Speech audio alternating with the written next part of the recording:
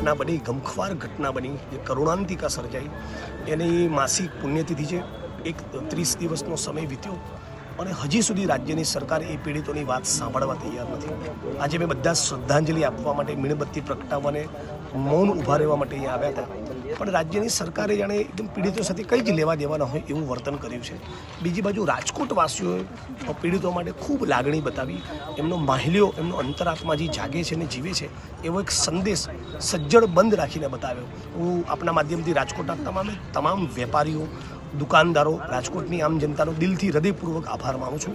આ સજ્જડ બંધના પગલે કદાચ હવે રાજ્યની સરકાર જાગે અને સાચા કસૂરવાર જે મોટા મગરમચ્છો છે, જે ભાજપના નેતાઓએ આમાં કરપ્શન કર્યું અને હપ્તાબાજી કરી, એ તમામની ધરપકડ થાય એવી જ આજના દિવસે હું ઉમ્મીદ રાખું છું. ગુજરાતમાં પણ આવી અનેક ઘટનાઓ બની, કે તક્ષશિલા હોય, મોરબી હોય, હરણીકાંડ, શિવાનંદ હોસ્પિટલ, ભરૂચની હોસ્પિટલમાં લાગેલી આ એક પણ પ્રકરણમાં એક પણ ચમરબંધી જેલના સળિયા પાછળ નથી.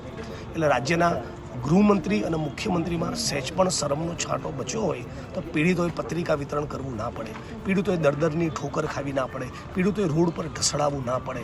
રાજ્યની સરકારને વિનંતી કે તાબડતોબ પીડિતો સાથે ડાયલોગ કરી એમની માગણી મુજબ નોન કરપ્ટ અધિકારીની તપાસ ટીમ બનાવે, વળતરની રકમ વધારે અને ફાસ્ટ-ટ્રેક કોર્ટમાં કેસ ચલાવી એક એવો દાખલો બેસાડે જેથી ફરી કોઈ કસૂરવારને આવું કૃત્ય કરવાની, આવા કાંડ કરવાની, આવો ભ્રષ્ટાચાર કરવાની હિંમત ન થાય. ખાસ કરીને જે જગ્યા ઉપર આપણે ઊભા છે, રાઈટ 1 મહિના પહેલાં જે બપોરનો સમય હતો, આ બપોરના સમયમાં જે સિસ્કારીઓ અને જે લોકો મૃત્યુ પામ્યા છે, ખૂબ જ ગંભીર બાબત કે ભાઈ અગ્નિમાં જે 4000ના ટેમ્પરેચરમાં લોકો બળીને ખાક થઈ ગયા છે, એ જ આ જગ્યા છે. ત્યારે ગુજરાતમાં કોઈ પહેલી ઘટના નથી. ગુજરાતમાં વારંવાર આ ભ્રષ્ટાચારી સરકારના હિસાબે આવા લોકોના જીવ જઈ રહ્યા છે.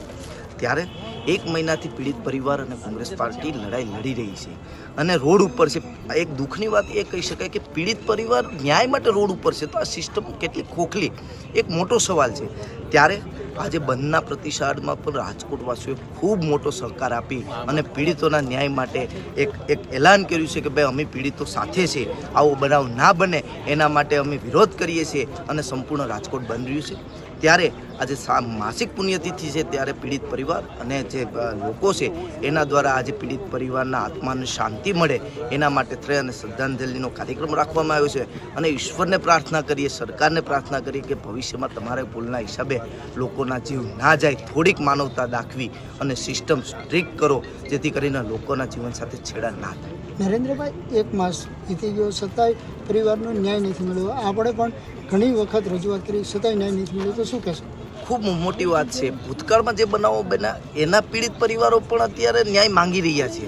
તો આ તો હજી 1 મહિનાનો બનાવ છે. તો આ સિસ્ટમ છે કે જે માત્ર ને માત્ર માનવતા નેવે મૂકી અને પોતાના જે પદ અધિકારીઓને બચાવવા માટે થઈને, પોતાના સરકારની ઇમેજ બચાવવા માટે થઈ અને જે આ મૃત્યુ પામ્યા છે એની લાજ નથી રાખતું. અને પીડિત પરિવારો આજે જોતા હતા રોડ ઉપર પોલીસ દ્વારા કેવા ઢસડી, જેણે સ્વજનો ગુમાવ્યા છે. તમારા સ્વજનો ગયા તો તમને ખબર પડે કે વેદના પીડિત પરિવારની શું હોય. તો આ એક સિસ્ટમનો ભાગ છે. સિસ્ટમ ખરેખર સુધરવી જોઈએ, સિસ્ટમ સુધારવી જોઈએ અને સુધારવા માટે અમે કટિબદ્ધ છે.